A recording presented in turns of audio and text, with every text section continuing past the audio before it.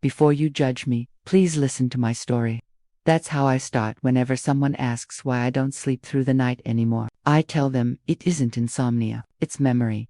My name is Evelyn Hart, and for most of my life I believed I'd done everything right. I married the man I loved, raised a daughter in a good neighborhood, paid the bills on time, baked for the school fair, and thought love meant never questioning the people closest to you. My husband Mark was dependable to everyone who met him. He laughed loud, fixed things, remembered birthdays. When our daughter Lily was born, he cried harder than I did. Back then, I used to watch him rock her to sleep and think, if this isn't what safety looks like, what is? We weren't perfect, but we were steady until we weren't. The first shift came so small, I nearly missed it. Lily turned 13 that spring. One day, she came home from school and went straight to her room without saying much. I figured it was normal teenage stuff. The next day was the same. And the next after that, she stopped drawing at the kitchen table, stopped humming. Her laugh, that easy little giggle that used to bounce around the house, turned into silence. Maybe she's just growing up, Mark said one evening as he flipped channels. You remember what 13 was like? I nodded, but something didn't feel right. It wasn't rebellion. It was fear, the kind that hides behind polite answers. I tried to shake it off. She still got good grades. She still hugged me goodnight. Maybe I was imagining things. A week later, I woke up to the soft creak of the hallway floorboards. Old house, I thought. I glanced at the clock, 1:47 a.m. when I reached over. Mark's side of the bed was empty. I listened. A door clicked shut down the hall. Probably the bathroom, but he didn't come back for a while. When he finally slipped into bed, he smelled faintly of coffee and cold air. The next morning, over breakfast, I asked, couldn't sleep. He smiled easily. Just checking the locks. Heard a noise. Simple, logical. I let it go. Still, that night when I passed Lily's room, her lamp was on. The faint glow spilled onto the hallway carpet like a secret. Sweetheart, I whispered through the door, you left your light on. I know, she said quickly. I like it that way. Something in her voice made me stop. I almost went in, but she added, good night, Mom. Too fast. Like she wanted me gone.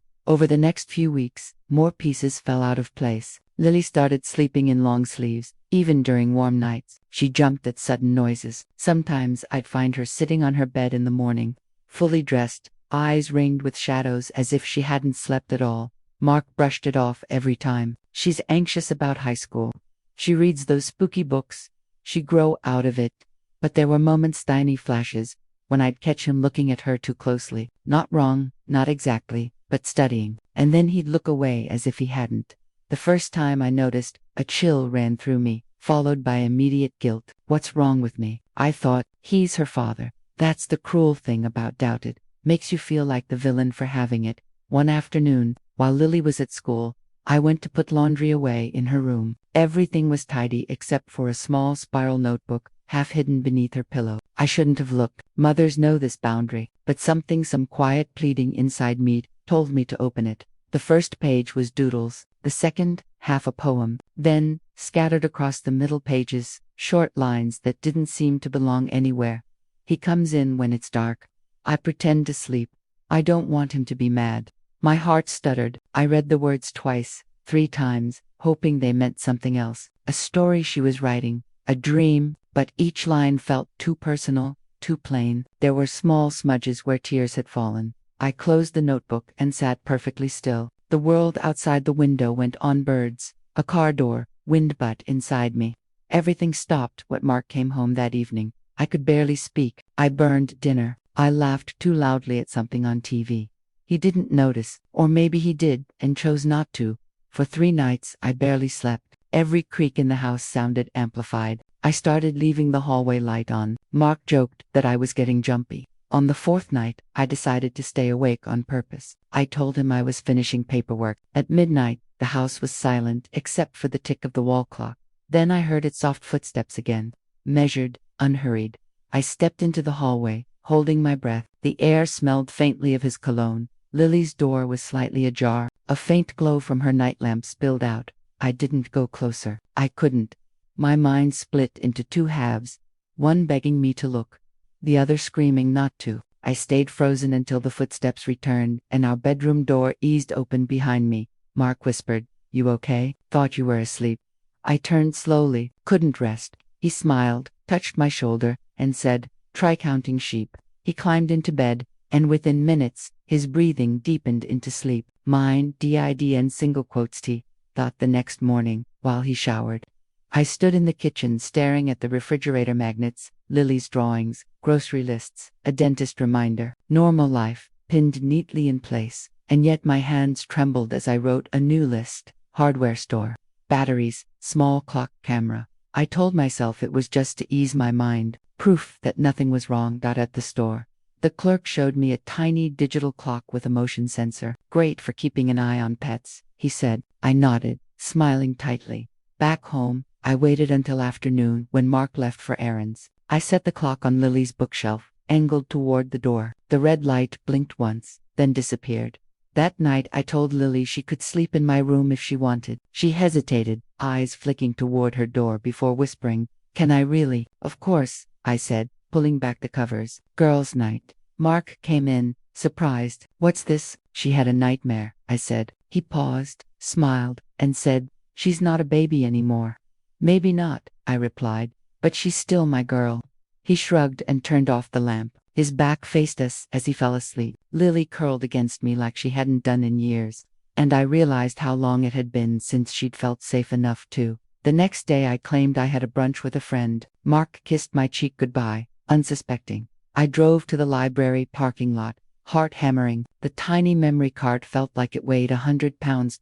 Inside my car, I slid it into my laptop and pressed play. At first there was nothing. Darkness, the steady whir of the ceiling fan. Then, at 1:38 a.m., the door opened. Bark stepped inside. He sat at the edge of Lily's bed and spoke softly. I couldn't hear the words, only the tones soothing, rehearsed. She stirred, clutching her blanket. He stayed there far too long.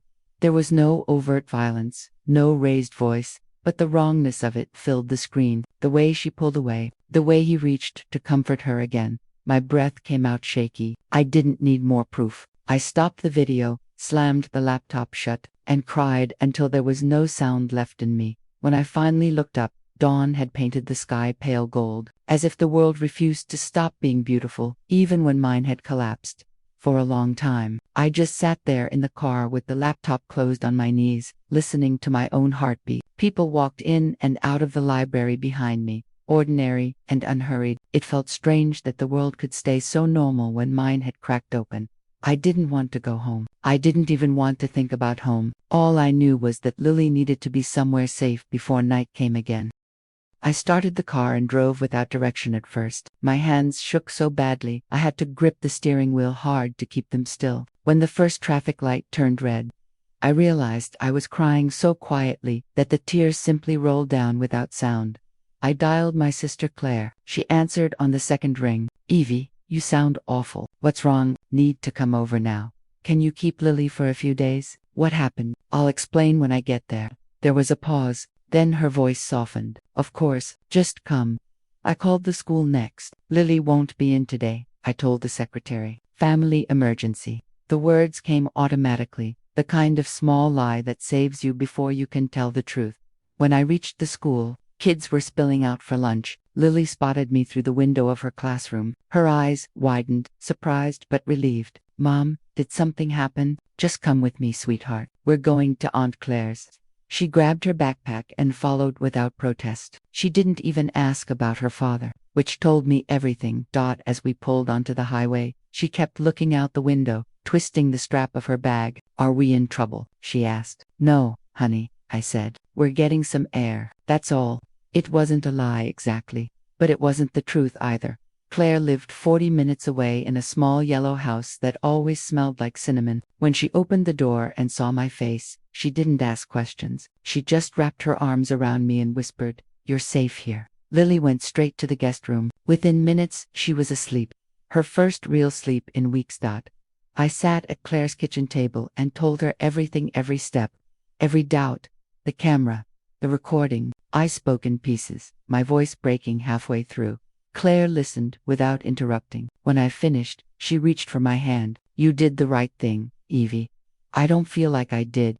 Doing the right thing never feels easy when it costs you everything." Her words landed heavy but true. That evening, I called a lawyer recommended by a friend from church. She spoke calmly, outlining the process, protective orders, official statements, how to contact child protection authorities. The formality of it all felt surreal. I was just a mother trying to keep her child safe, yet suddenly I was also a witness, a complainant, a potential headline. When I hung up, I stared at my phone for a long time. My thumb hovered over Mark's contact. Part of me still wanted to call him, to demand an explanation, to scream, why? But another part, the part that had read Lily's notebook, knew there was nothing he could say that would undo the fear in her handwriting. At 8:17 p.m., my phone buzzed. Mark, where are you? You didn't say you'd be out this late. Me, at Claire's. We needed some space.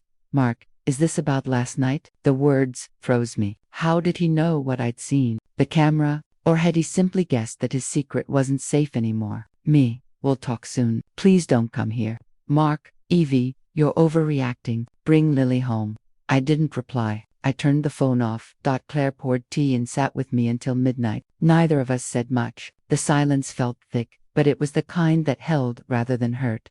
The next morning I drove to the local police station. The building was small, with a flag fluttering out front and the smell of coffee drifting through the glass doors. I asked to speak to someone from the Family Services Unit. The officer who met me was a woman in her 40s named Detective Harris. She had kind eyes and a voice that carried quiet authority. I understand this is hard, she said. Take your time. I handed her the memory card. My hands were steady now, which surprised me. I'd cried all the tears I had. She explained the process. They'd review the footage, contact Child Protection Services, and ensure Lily's safety before any confrontation took place. When I left the station, the weight in my chest hadn't lifted, but it had changed shape. It was no longer fire, it was resolve. The next 2 days felt endless. Lily stayed close to me, helping Claire bake cookies, feeding her cat, doing homework at the kitchen table. Sometimes I'd catch her watching me with uncertain eyes, as if waiting to see if I'd disappear too. On the third evening, Detective Harris called. We've verified what you described. We'll be taking formal statements tomorrow morning. You and your daughter will be safe. We've arranged for officers to accompany you if you need to collect personal items from the house. Will I have to see him? I asked. Not if you don't want to. We'll notify him after you've left. I thanked her, hung up, and sat in silence. The relief felt strange, like finally exhaling after holding your breath for too long. The next morning, 2 uniformed officers met me at my old house. Their cruiser parked at the curb made the whole street look unreal. The autumn air smelled of cut grass and damp leaves. Inside, everything looked the same. The photos on the mantel, the dishes drying by the sink, Mark's jacket on the chair. Only I was different now. I moved through the rooms quickly. Lily's clothes, her favorite stuffed bunny, some photo albums, the folder with our documents. One officer carried the boxes to my car while the other watched the door. I found Mark's wedding ring on the nightstand, glinting in the morning light. For a second, memories flooded back. Our wedding dance, the hospital when Lily was born, Sunday mornings with pancakes. Then I remembered the sound of footsteps at 1:47 a.m. and set the ring down as I locked the door behind me. The younger officer said softly, "You're doing the right thing, ma'am."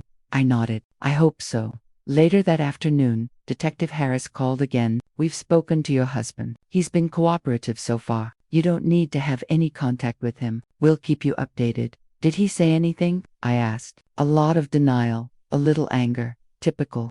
That night I couldn't sleep. I kept thinking of the small, ordinary moments: birthday candles, Lily's first bike ride, Mark mowing the lawn while singing off-key. It was hard to reconcile those images with the fear that had settled in our house. I finally understood what people mean when they say grief isn't only for the dead. I was grieving the life I thought we had. The next morning, Lily sat beside me on the porch steps. She looked lighter already, though there were still shadows under her eyes. "Mom," she said quietly, "are we ever going back home?" I hesitated. Home isn't always a place, sweetheart. Sometimes it's just where you feel safe. So for now, home is here.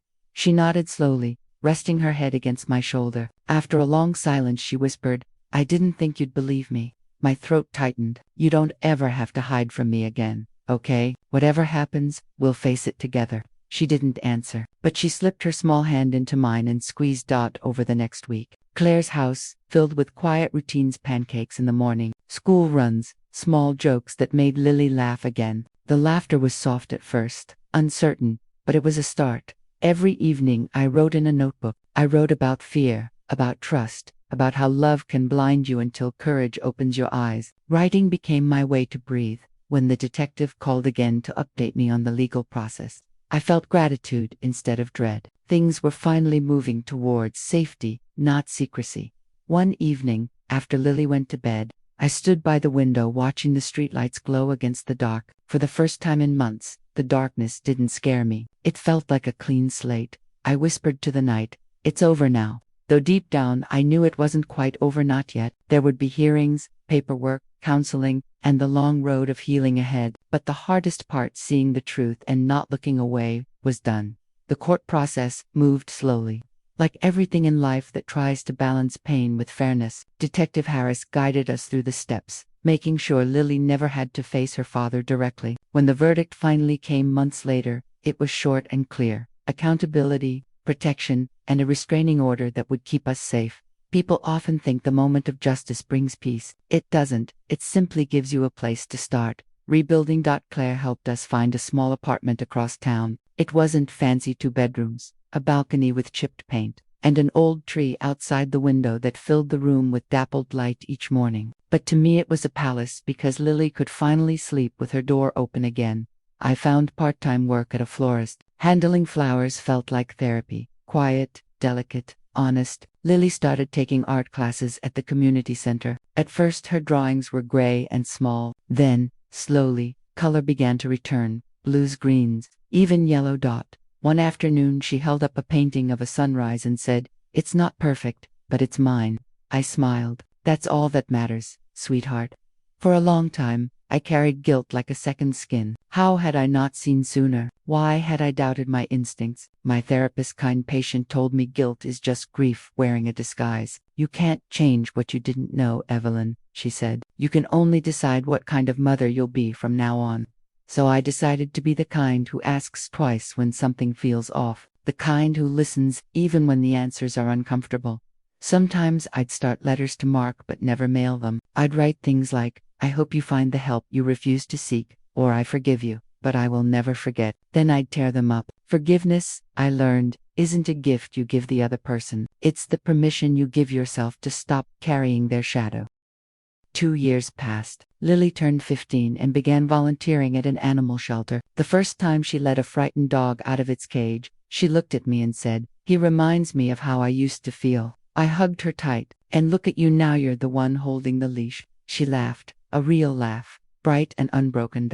At night we'd sit on the balcony, sharing cocoa and silence. She didn't talk about the past often, but sometimes she'd say, "Thanks for believing me, Mom." Every time she said it, I realized that moment in the parking lot, the decision to drive away had saved both of us. Eventually, I began to tell parts of my story in support groups for parents. I didn't share details. I just talked about trusting your gut, about how love should never silence intuition. At the end of one meeting, a woman approached me with tears in her eyes. "Because of what you said," she whispered, "I'm going to ask my daughter some questions tonight."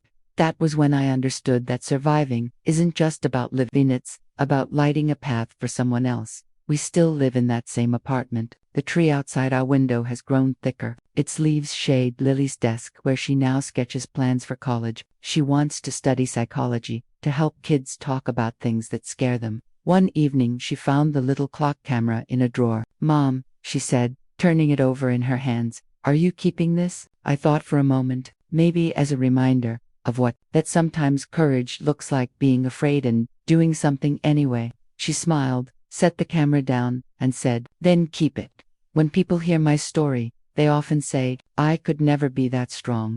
But the truth is, strength isn't something you have before you need it. It's what shows up when there's no other choice. If you're listening to this, and you've ever had that uneasy feeling that something isn't right, please don't ignore it. Ask the questions. Trust the whisper inside you. Silence protects the wrong person. Truth protects the right one. I still wake up some nights and listen to the quiet. But now the quiet isn't frightening, it's peaceful. It's the sound of a house where no one is hiding anymore. And every morning when sunlight hits Lily's drawings on the wall, I know that we made it out not untouched, but unbroken. T was the night I promised myself that silence would never live in our house again.